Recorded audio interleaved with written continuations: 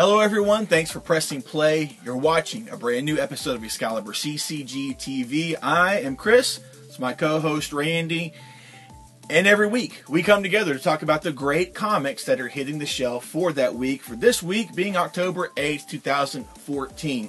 Guys, you can always keep up with us by subscribing to the channel. Our Facebook page link is down below. Also, this is going to be a longer episode. So, if you don't have time to sit down and watch us, then download the MP3 down below in the description.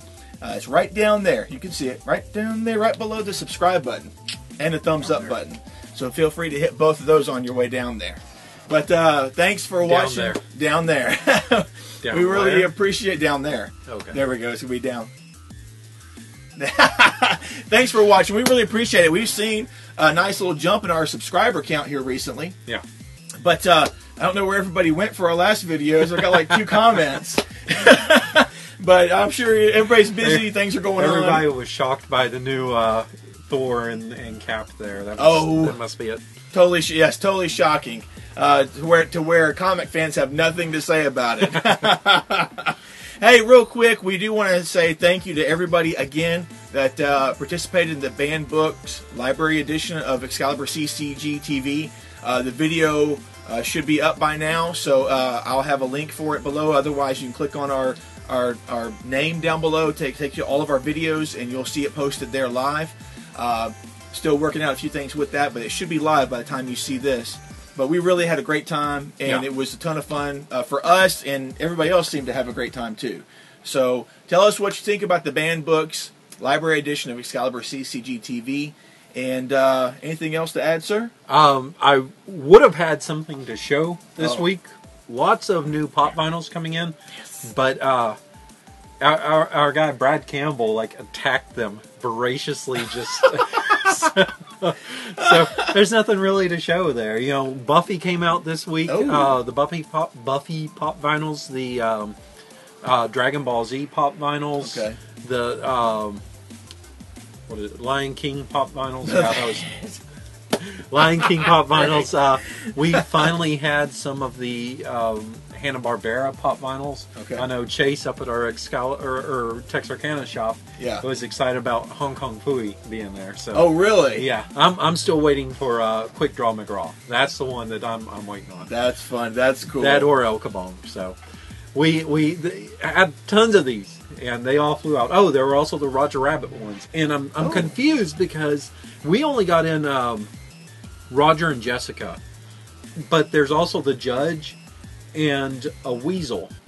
They had 4 of these. Unconfused why Eddie, Bob Hoskins' character, was not one of these pop vinyls, because he's one of the main characters from it. But they always make weird choices with what they put out there. So they got variety. Yeah, make it eclectic. Yeah. That's cool though. But we do have tons. You walk right in, you got a whole rack of pop vinyls to just feast your eyes upon and have fun with. Yeah. So we definitely have those here. Don't forget, guys, I forgot to mention earlier, but you can always follow our website, ExcaliburCCG.com. We are here in Shreveport, and as Randy said, we've got a store for you as well in Texarkana, Texas. With that out of the way, we're going to dive into the storylines. We've got some stuff to talk about that's starting this week. You want me to go ahead and start off with the big ones? Start it off. Avengers X-Men Axis #1 hits the shelf this week. This has been building up in several titles up to this main event. And what we have here is the culmination of a series of events that started back with Uncanny Avengers #1 with the Red Skull. Now we are leading up into what's going to be the big conflict between basically the Red Skull and his S-Men against the Avengers and the X-Men. And we got #1 hitting the shelf. This is Act 1, the Red Supremacy. The Red Skull has exploited the gifts that he has received, or taken, you should really say, from Professor Xavier, and has blasted the world with a broadcast of hatred. And now the Avengers and the X-Men must unite and work together to try and fight off this hatred and bigotry that the Red Skull is pushing on to everybody. And now it looks like he's actually transformed into no longer the Red Skull, but he's the Red Onslaught. So that's what we're looking at. Onslaught is back in the form of the Red Skull. So apparently Charles Xavier's mind should never touch an evil person's mind because it mixes and creates Onslaught. It's happened before. Yes, it has. And that was the explanation. It was not that he was bad. It was that when they had to go up to Asteroid M, and he used the little, the suit that he had that could change his telepathy into telekinesis, and he mind wiped Magneto, where Magneto was just the body in the chair for a while. They went back and explained that as his mind touched, this evil crept from Magneto's mind into his mind, and that's what begot Onslaught. Okay.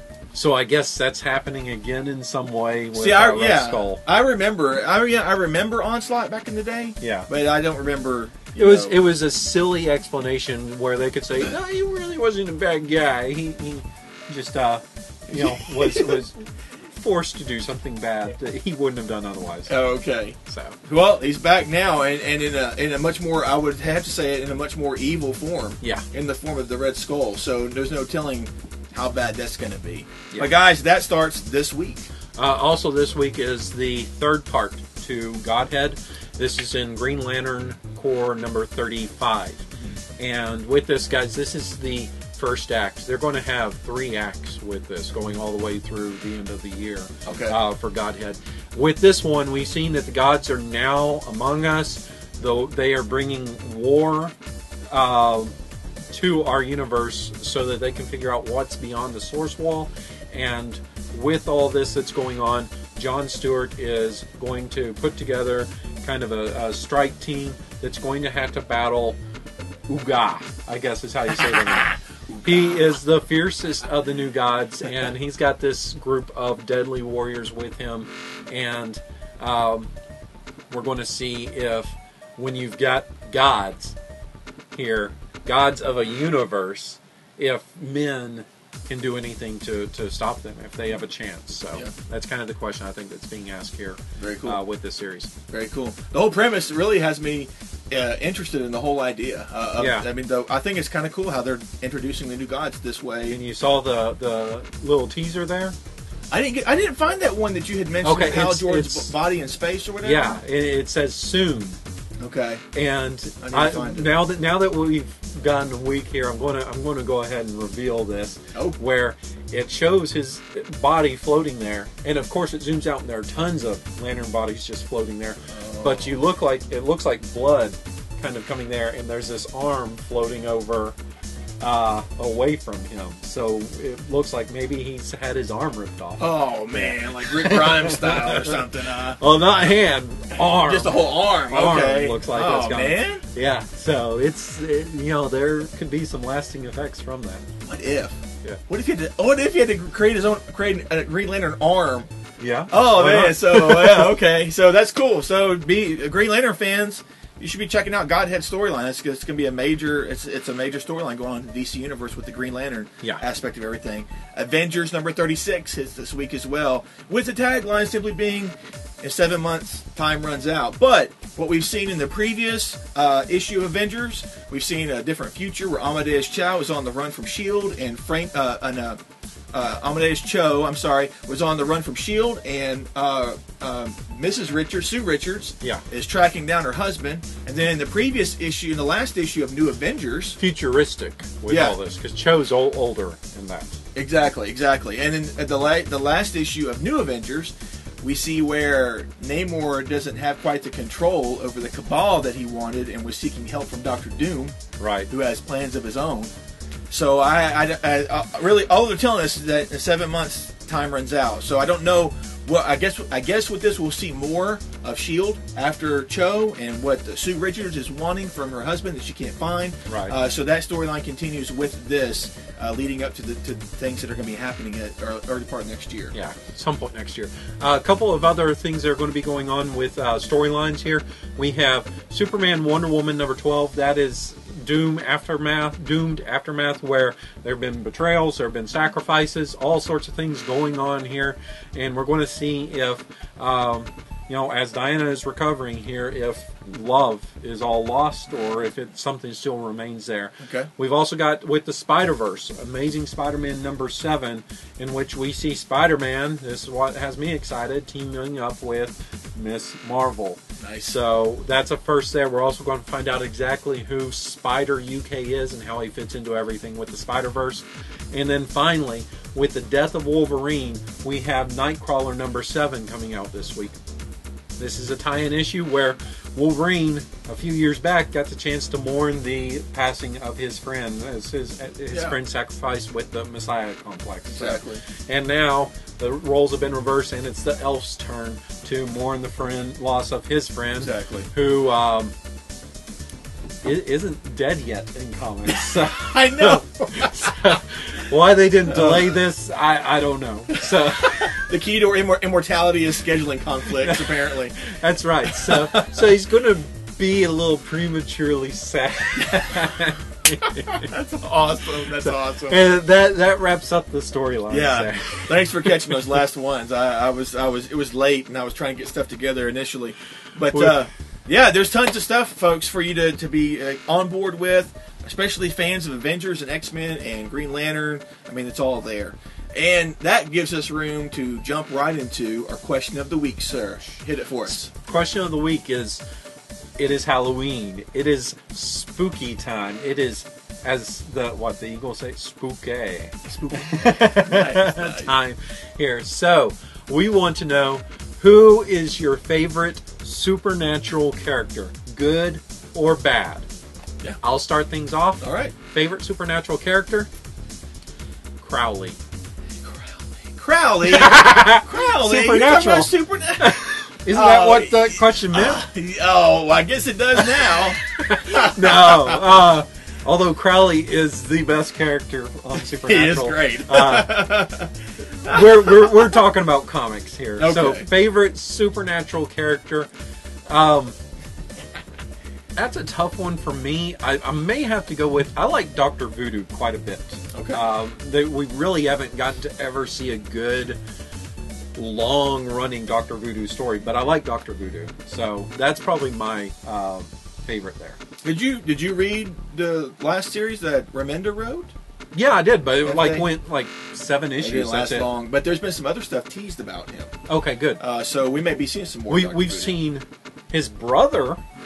Yeah. Astral form, or however you want to say it, of his brother, but we still didn't get to see him. Okay. So, I like Voodoo. So, Dr. Voodoo. Yeah. I'm going to have to go, because he's just fresh on my mind, and I really liked what they've been doing with him, I'm going to have to go with Moon Knight. Supernatural? That's right. Okay. He qualifies. I guess I'm thinking more like he's possessed by a god or a demon of the moon. I'm thinking like mystic arts, or werewolves or monsters. If that isn't qualified, then I would have to go with Alana Rasputin, magic. Okay. I've always dug her. You like her? Horns or no horns? Full Monty. You want her just like demoned out. She's like, yeah, when she's all, because they've done some stuff with her in the past that really freaked me out. Yeah. I didn't know if everybody in the room with her was going to die. Yeah. Or what. I mean, that's just how edgy they make her to me a lot of time, and I dig that. I like that. I think I can safely, I don't know, it's a toss-up here. I may have to flip the coin, but I can safely say if Chase were here, his favorite would either be Swamp Thing, okay, or more likely Dead Man. I know he likes both of those characters there, so he's got the DC side of things covered here, and that's why I'm mentioning that, because we both went Marvel on that one. So good, bad, if it's the Jack, what is his name, Jack Russell, the Wolfman, or if it's whatever it might be there, just let us know what's your favorite supernatural character from comics. From comics. Tell us down below. Moving on, we've got a ton of new number ones to start off with. Cow. So, what do you want to start off with, sir? I'm going to talk with you guys real quickly here about a weekly that's going to be coming out, and it is called Thanos, A God Up There Listening. Okay. Number 1 hits. This really, I think, is kind of deceptive because it's not necessarily about Thanos so much as it is about Thane, his son that we discovered in Infinity. And Thane is going out, and he's got a very personal mission where he is trying to figure out the past, the history of his father, but in doing so, I think that's to help him kind of guide who he is or what he becomes in his future.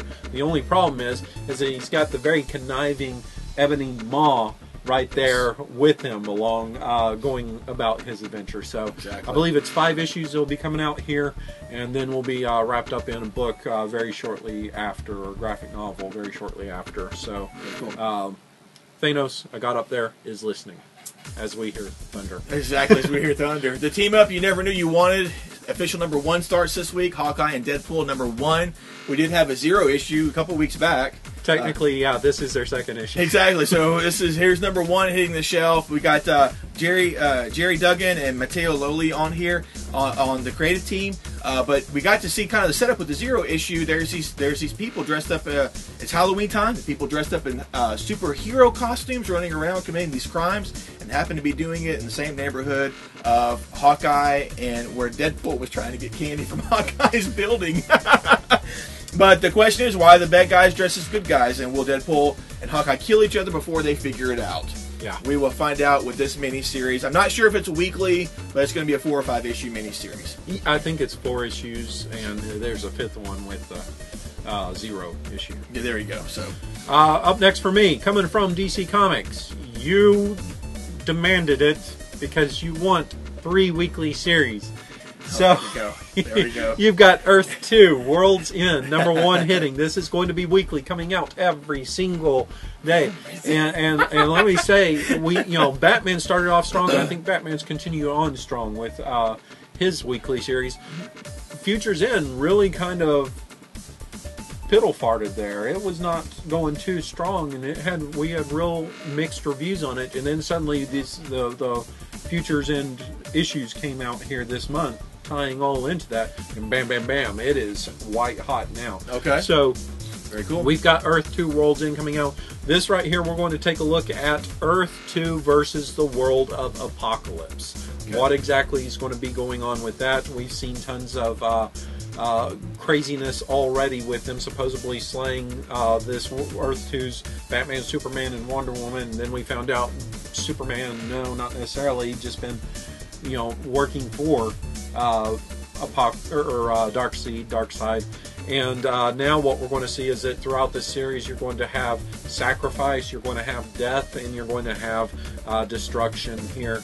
And we're going to have to figure, ask the question: is the world of Earth 2 going to look the same after all this is said and done as when it all began? And I believe, if Dan Didio is to be trusted, I don't know if I can trust that man, that all of these weekly books should be ending at the same time in March. Yeah. So this is not going to go 52 issues. The only one that will be Batman Eternal. Right. All right. So there you go, guys. Another weekly. Apparently, a formula that seems to be working for DC with the release of their 3rd weekly series. Yeah. So we'll see how that goes. Speaking of supernatural characters, there's one making a comeback this week, and that is Klarion, with Klarion number 1 hitting the shelf this week. We had the creative team of Ann Nocenti and Trevor McCarthy on board. You demanded it, so he's back. There's not much else to say about the guy that I know about besides him being a supernatural character, and he's going to be making his DC 52 debut with the new number 1, fighting against the forces of chaos in this new ongoing series. So I was surprised it was being announced and released, but here it is for those fans. So now I'm going to take this moment in the video to tell Chris to talk about the books you really want to talk about, and don't just go down the line. Sorry. Because you're going to run out of stuff for me to talk about here. Up next for me is the one I'm really looking forward here this week, with Sabrina number 1 coming from Archie Comics there. Why am I excited about this? Because Robert Sagara, I can never say, Aguirre Sacasa, can never say his name. He is the one that has brought to you the more adult version of Archie, Afterlife with Archie here, the zombies. What we're going to see is the Sabrina from that same world, the Sabrina that is the bride of Cthulhu. We're pushing rewind here, and we're going to take a look at her story in a much more non-childlike manner here. So it's not for kids. This is for teens and plus. In this book, we're taking a look at Sabrina on the eve of her 16th birthday, where she's having to make the choice between her life as a witch, or maybe more so called a sorceress in this book, or dating her boyfriend Harvey. We're all familiar with that dynamics from the old cartoon or the old comic book series. In this one, we're going to see that she has a new neighbor who might just be her nemesis throughout this book. Someone whose name is Madam Satan. I'm not sure if I'd welcome this person into our neighborhood with open arms. Hey, exactly. My name's Madam Satan. Oh, wink, wink. No, I don't. Even in the Archie universe, that's like the thing, the logic of like going, we're going to give this green ring, protector of the universe, to Sinestro. What a great name, guy. Yeah, exactly.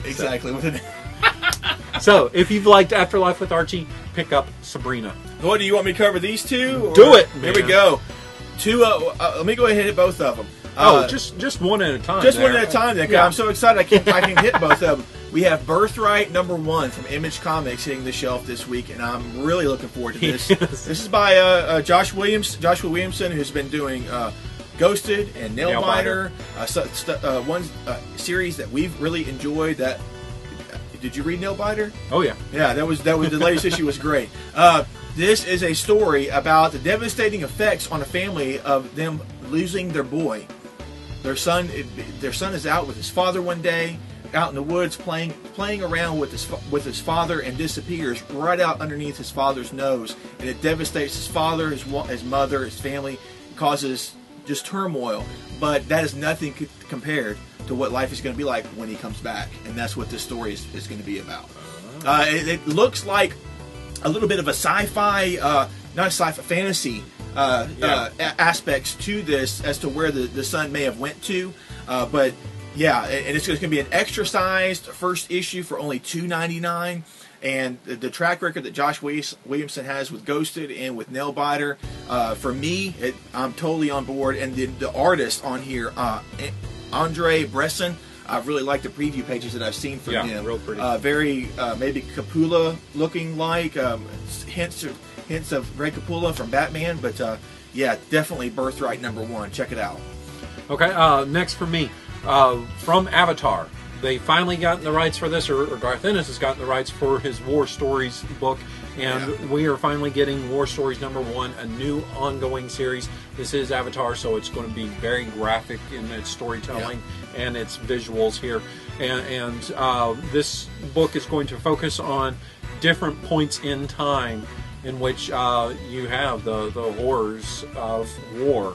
And this first particular one is called, let me see, Castle in the Sky is going to be the first story that's going on here. And this focuses on the bomber pilots and their fairly impossible missions that they were going on back in the day. So we'll get to see what this is. The war stories, all types of war stories, are Garth and his passion. He loves telling these stories, and it shows in his writing here. Yeah. It's an in-depth read every time. I didn't realize. I mean, because he's done a ton of these war stories for who was it? DC or Vertigo? DC, Vertigo. He did war stories, and then he's also done tons of the Battlefield stories for Dynamite. Tons of those as well. So yeah, this is one of his passions, and if you're really into that, you should definitely check this out. Next up for me, another one I'm really looking forward to this week is Wytches #1. Wytches, Wytches. And this is by Scott Snyder and Jock, who have worked together in the past on Detective Comics for some issues there, but now they're doing their own creator-owned series at Image, just like Birthright's at Image. This is at Image as well, and we're taking a look at Wytches. Not just the ones you see, with the big old warts on their nose and stirring the cauldron, and those are all that going on. Those are the gatekeepers for the real witches, and that's what this world and story is going to explore. There are real witches out there, and if you saw the preview pages that they had online, if you go to Comic Resources and look that up, you can find the 6 preview pages. Those were the creepiest first 6 pages of any comic I have ever looked at, and it was fantastically drawn, and the storytelling of even just those first 6 pages by Jock just sucked you in and freaked me out. And I'm like, if the rest of the extra-sized first issue is like that, this is totally one to be on board. So check it out. We got, let me see here. It's going to be 30 pages of story and no ads for just $2.99 for the first issue. Sweet. So this is something you should definitely have on your radar. If you're a fan of Scott Snyder, he's done horror in other... Severed was an awesome one. Severed, he's the one doing American Vampire, which people really love. There you go. I mean, there's just tons of stuff that he's done with also Batman and horror aspects in that. But this is him all on his own, doing his own thing with Jock. This is going to be awesome. Yeah, last up from the number ones here and there, tons of number ones this week, is Aliens vs. Predator Fire and Stone number one. Yep. Like we said a week or two ago, they're doing all these Fire and Stone books for all the different Aliens and Predator stories here. And with this, we're going to see the crew of the Percys as they think that they've left the horrors behind of LV-223. I guess that's a planet that they were on. Only to find that on the ship, on board the ship that they are on, they are now caught between this struggle deadly struggle, I should say, between the predator and prey. Yes. So those predator and prey obviously are a predator or predators and alien or aliens. Yeah. Which one is which? We don't know. Yeah, they've been calling them xenomorphs. You know, it was like, call them what they are, man. They're aliens. Well, they've had that xenogenesis forever. Yeah. So it's nothing too terribly new. Folks, lots of new number ones. Hopefully something that we mentioned will catch your attention and you will check it out. This is the week to check out something new. If you're looking for something new, hey, something from another company is not, getting you all worked up and excited to pick it up, then try something else. There's tons of stuff out there that you can try and enjoy. So don't forget about that. Moving on, let's talk about our favorites. These are the books that we personally enjoy getting and reading, and usually the first things that we read for that week. But before we do that, beware there are spoilers ahead because we're going to talk about our favorite from last week. So Randy, start us off. For me, my favorite of last week probably has to be The Fade Out number 2. Love the book. This noir style is fantastic. It's always a home run. The complexity of all of the characters and their lives, the lies that they tell, everything is complex. Love it. I said the complexity is complex. Of course it is. But I love how Brubaker's just able to weave all these stories together all at once. And, Charlie sitting there going, look, I had this really difficult relationship with Gil for everybody to understand because it's all built on lies. And at the end to just say, for him to admit, I've built this relationship and I'm going to continue this, and it's going to be one of those things that's ugly for Gil in the end, but it's going to be better for me.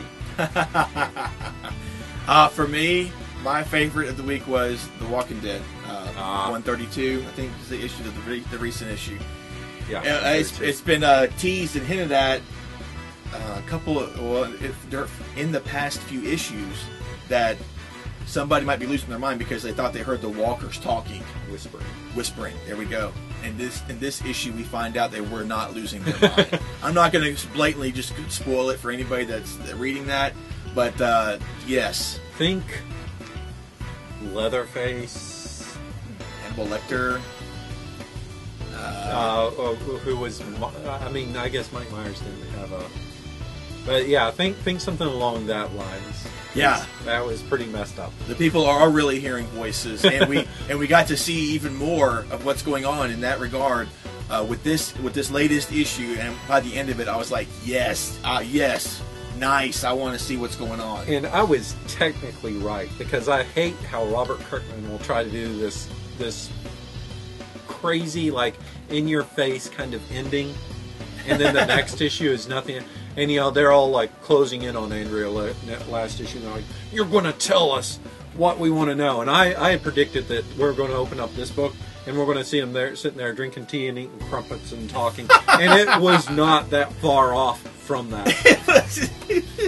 It was not. I hate that sensationalizing the ending there just to like get the person who, oh, I need to read. If they're a Walking Dead fan, they want to read the next issue because it hooks them already. So you think after 130 issues that Kirkman would be over that, but he still employs it. It still works. Apparently it still works. So we all know what to expect, I guess. Yeah. But talking about the new stuff hitting for October 8th, what are you looking forward to? Big one for me is Battling Boy, The Rise of Aurora West. This is a #1, but this is the second issue in this series here. They're going to have Battling Boy Volume 2 coming after this, and then Aurora West Volume 2 coming after that. This one is written by Paul Pope, but drawn by a Spanish artist. I forget his name, so it's not drawn by Paul Pope. But he handpicked the artist. He found him, saw him, loved him. You've seen Haggard West died, and his daughter was kind of his sidekick. Well, Battling Boy showed up. He was, having to fight for Arcopolis there and against all these monsters. And at the end of his book, Aurora West shows up. Well, now she's looking to be possibly the big hero to fill her father's shoes, and she's having to figure out this mysterious death of her mother that I guess our father could never figure out. So that's going on top of all the zaniness of monsters attacking the city as well. Very cool. Up for me, Copperhead #2 hitting the shelf. We both really enjoyed the first issue, and now we get even more of the story with the second issue as the new sheriff of the town, Clara Bronson, has to deal with the multiple family homicide outside the city limits there where Copperhead is, and also her son has done something he was not supposed to do at the end of the first issue. Should have listened to Mom. Should have listened, and now we get to find out if he's going to survive not listening to what Mom told him to do with this second issue. Great first issue. Looking forward to the second issue and finding out more about this world. And the sheriff is not on her own. She has Boo with her. There's always Boo. There's always Boo. Yeah. Next for me is Batgirl #35. I'm excited about this one because this is a new creative team of Cameron Stewart writing and Brendan Fletcher writing as well. Brendan Fletcher, it's weird because Gotham Academy, he teamed up with Becky Cloonan. So I guess this guy likes teaming up with guys who usually do the artwork to try and do the writing here. Okay. And Babs Tarr is the artist on this book. Why is this one interesting? This is for me because a fire has destroyed everything that was Barbara Gordon's. She has to start over completely, and that means moving to kind of the hip young adult kind of part of town in Gotham, and getting a very, I think, cool, controversial costume, new outfit here. So when everything's burned down, when you are no longer part of the Bat family per se, you don't have the money to buy all the top gear. So yeah, it may look a little different there. So we'll get to see exactly what is going on in this book, what's happening here. I like that they're exploring more of Gotham. It looks a little more modern day. Yeah. Very cool. Up next for me, Manhattan Projects #24. It's not Russian roulette you got to worry about. It's Texas roulette. So with this issue, we get to take a look at the Manhattan Projects team. With Lyndon Johnson. Exactly. We get to look at the resolution of the Cuban Missile Crisis as only told in Manhattan Project style. But also the team members have to choose between the country they love and the people they love the most, which is themselves.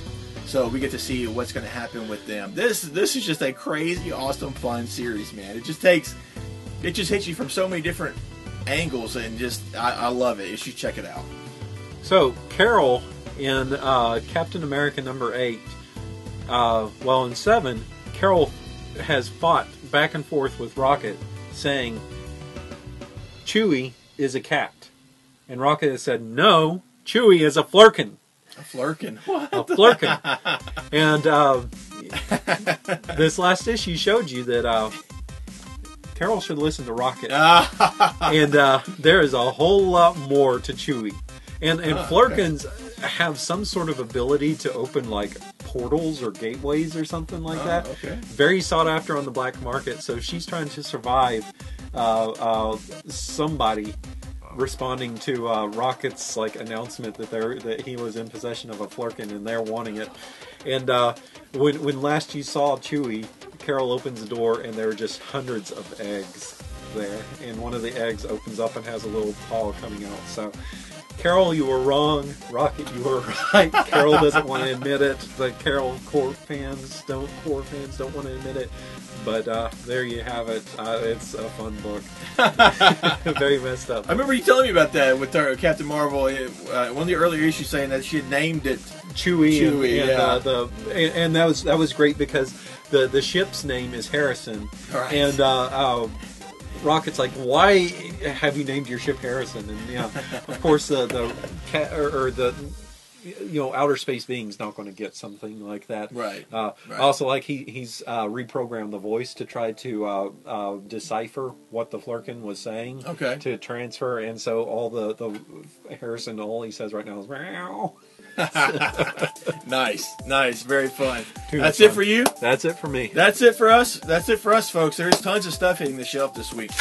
Man, there's so many new number ones. That was just crazy. But guys, thanks for pressing play. Thanks for watching. We really appreciate it. Make sure that you subscribe and thumbs up this video. Also follow us on Facebook and Twitter. The links are down below in the description box. Don't forget, you can always visit our website, ExcaliburCCG.com. Visit our store here in Shreveport, Louisiana, as well as our store in Texarkana, Texas. We have tons of great comics, graphic novels, games, just about anything you can think of to choose from. Here on hand that you can look through and make an informed choice for what you want to get. And please share the video. We really appreciate it. Anything else to add, sir? That sounds good to me. That's it for this week, guys. Until next time, be safe, take care, read some great comics. And I was going to say read some great comments. Comics, and we'll see you in our next video. Bye-bye. Bye.